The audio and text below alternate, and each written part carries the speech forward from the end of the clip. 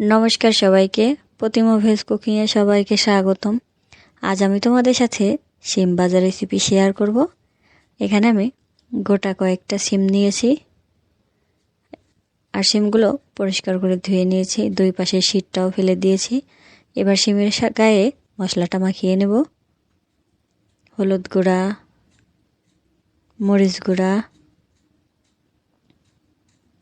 পরিমাণ মতো একটু লবণ। এবার সব কিছু ভালো করে মেখে নেব। শিমের গায়ে ভালো করে হলুদ মরিচের গুঁড়া লাগিয়ে দিয়েছি। এবার এই শিমগুলো ভেজে নেব। প্যানে পরিমাণ মতো একটু তেল দিয়ে দেব।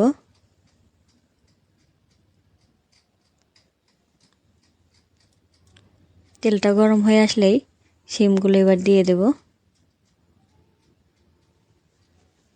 একে একে সব কয়েকটা শিম দিয়ে দেব। শিম তোমাদের পছন্দ অনুযায়ী যে কোনো সাইজেরই নিতে পারো। অনেকগুলো শিম আছে, চিকন কিংবা আরও চওড়া, যে কোনো শিম দিয়েই ভাজাটা করা যাবে। আর এক পাশটা একটু হয়ে গেছে, এবার উল্টে দেব। একইভাবে সবগুলো উল্টে পাল্টে ভেজে নিলেই শিম ভাজা রেডি। এই শিম ভাজাটা দিয়ে গরম গরম ভাতের সাথে খেতে খুবই ভালো লাগে। আশা করি তোমরাও একবার বানিয়ে খেয়ে দেখবে।